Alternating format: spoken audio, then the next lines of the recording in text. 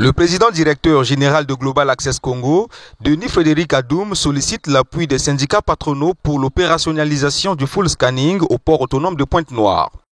Au cours d'un échange avec les responsables des 3 syndicats patronaux, dont le Congrès des chefs d'entreprise du Congo que dirige Paul Nestor Mwazibinzinga, le 4 octobre 2023 à Brazzaville, le PDG Denis Frédéric Adoum a présenté les objectifs du full scanning. Un projet pourtant bien approuvé par l'État congolais qui a dûment signé une convention avec la société Global Access Congo, confère l'arrêté 7666 du 22 avril 2021, signé entre autres par le ministre des Finances. La solution que nous avons apportée permet d'atteindre 3 objectifs. Premièrement, une optimisation de l'intégrité de la collecte des taxes. Donc, cet objectif, le full scanning permet de l'atteindre. C'est pas de moi, c'est écrit dans le rapport de l'expertise internationale. Le deuxième point concerne la sécurité.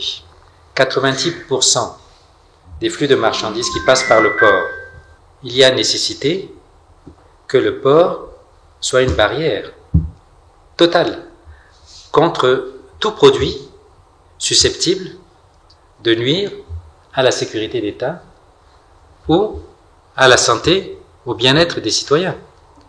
C'est évident. Et donc, grâce à ce dispositif, plus rien ne peut rentrer dans le pays qui puisse constituer une menace. Et ceci sans constituer un goulot d'étranglement, parce que c'est ça qui est important. Au contraire, en fluidifiant la circulation du commerce. La qualité de la circulation du commerce est très importante dans la dynamique économique d'un pays. Donc, la sécurité du pays, la protection du territoire, la sécurité des citoyens est garantie par le dispositif qui a été mis en place. Ce système de scannage de flux de marchandises ultra rapide, sécurisé et à moindre coût, est dorénavant la meilleure des technologies qu'aucun pays au monde disposant des ports en eau profonde ne peut s'en passer. Devant le full scanning, le circuit vert n'a plus sa raison d'être. Les infrastructures sont impressionnantes, vraiment impressionnantes. Vous avez 2 scanners de très haute technologie, dernière génération, qui scannent un camion avec sa marchandise en quelques dixièmes de seconde. Je dis bien quelques dixièmes de seconde, j'insiste là-dessus. Parce que les camions passent les uns derrière les autres à une vitesse aux alentours de 40 km/h, 30-40 km/h les uns derrière les autres. Et dès qu'ils passent sous le portique, sans ralentir sous le portique du scanner, ils sont intégralement scannés. Intégralement scannés. Vous avez tous les détails en un instant. S'il y a un boulon qui n'était pas prévu, on le voit. S'il y a une bombe qui a été mise à l'intérieur, on le voit. S'il y a des composantes de bombe, on le voit. S'il y a des armes, même démontées, on le voit. S'il y a des stupéfiants, on le voit. S'il y a des marchandises illicites, toxiques, qui vont peut-être empoisonner certains citoyens, une partie des citoyens ou avariés, qui peuvent porter préjudice à la santé des populations, on peut le voir également. Donc, en fait, le système a complètement été changé. C'est-à-dire qu'au fur et à mesure que la marchandise débarque du bateau, s'est posée sur le camion ne va pas à l'aire d'entreposage provisoire. Le camion passe dans le scanner et immédiatement, si il n'y a pas de suspicion,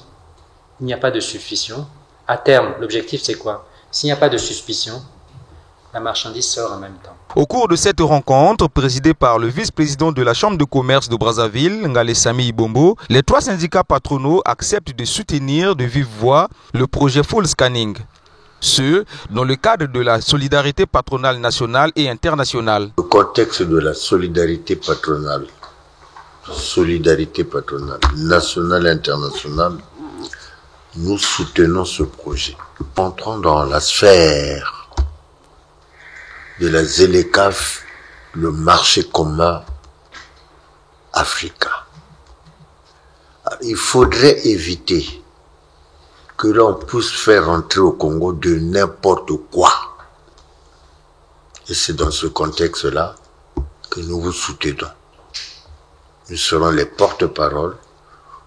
Hier, vous étiez seul.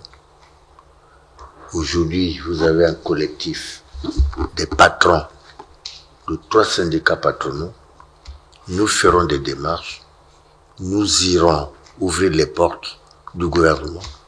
si possible, chercher à rencontrer le président de la République. Les 3 syndicats patronaux et surtout le Congrès des chefs d'entreprise du Congo soutient ce projet comme vous. Nous l'accompagnons et jusqu'à la fin, et nous demandons à M. Deli de soutenir le patronat. Le patronat congolais est renforcé par votre présence. Renforcé par votre présence. Parce que hier, qu'est-ce qu'on disait? Que les entreprises congolaises ne sont pas capables d'apporter des solutions pour le pays. Et vous venez là de démontrer, à travers la convention que vous avez signée avec l'État congolais, que le secteur privé est capable de changer la donne. Nous soutenons votre projet. Soutenir le projet donnera lieu à une nouvelle phase de démarche auquel Paul Nestor Mwazibindinga, dans sa posture de président du Congrès des chefs d'entreprise du Congo, avait déjà entamé auprès du secrétaire permanent du Comité national de concertation. Ce qui s'en suivra auprès des pouvoirs publics. Notre mission après cet entretien, c'est d'aller rencontrer les autorités compétentes, donc les pouvoirs publics, pour réexpliquer le bien fondé du projet, tenir si possible avec nous les preuves du bien-être que cela a déjà apporté dans d'autres pays où il est installé, un peu dans ce sens-là, pour essayer tant soit peu de persuader les pouvoirs publics pour qu'eux également rentrent dans la vision du projet et permettre à l'opérateur de lancer son activité, d'autant plus que c'est sur recommandation même du gouvernement qu'il a fait tout cela. Nous, on est des opérateurs qu'on traite souvent des locaux. Mais quand un ami opérateur amène un investisseur qui a mis des milliards pour un projet qui rapporte autant de milliards à l'État, et qu'il y a des gens qui pensent qu'il faut contourner ce projet-là, on dit que les gens n'aiment pas ce pays. Dans l'ensemble, les syndicats patronaux prévoient une descente à la ville Océane pour se rassurer de la qualité infrastructurelle déjà installée au port autonome de Pointe-Noire et toucher du doigt les réalités auxquelles la société Global Access est confrontée.